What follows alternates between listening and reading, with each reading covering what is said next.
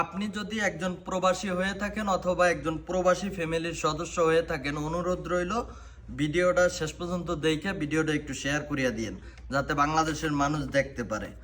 এই যে আমি এটা দেখাইতেছি যে 3 মাস আগে আমি আমার পাসপোর্ট জমা দিছি, নতুন পাসপোর্ট বানানোর জন্য এমআরপি আমার এটা কিন্তু জমা নিছে রিয়াদ ব্রাঞ্চ থেকে। ডেলিভারির তারিখ হইল 30 মে 2026, মানে গতকালকে ছিল। এখন পর্যন্ত আমার পাসপোর্ট দিতেছে না।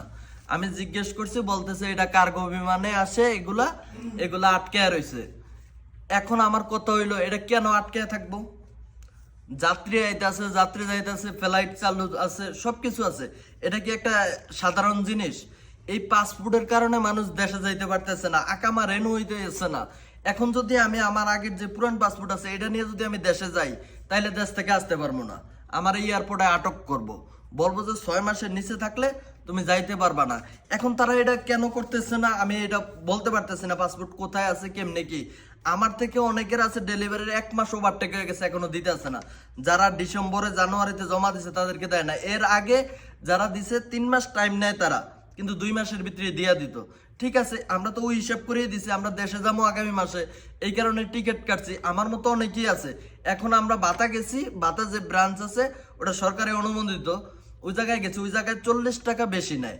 যেমন এম্বাসিতে গেলে আপনি 125 রিয়াল নেয় আপনার এমআরপি পাসপোর্ট নতুন বানাইতে, আবার রেনু করতে আলাদা, এটা অন্য জায়গার থেকে করা যায়।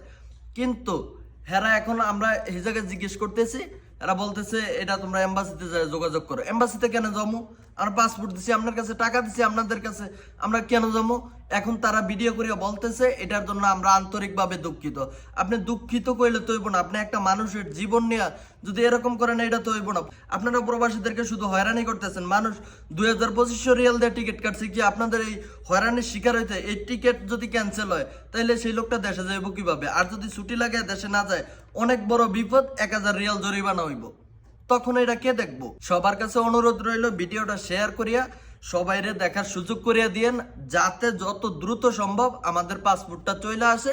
পাসপোর্ট চলে আসলে আমার কোম্পানি রেনু করে দেবো, আমি দেশে যাইতে পারবো, আমার কোনো সমস্যা নাই।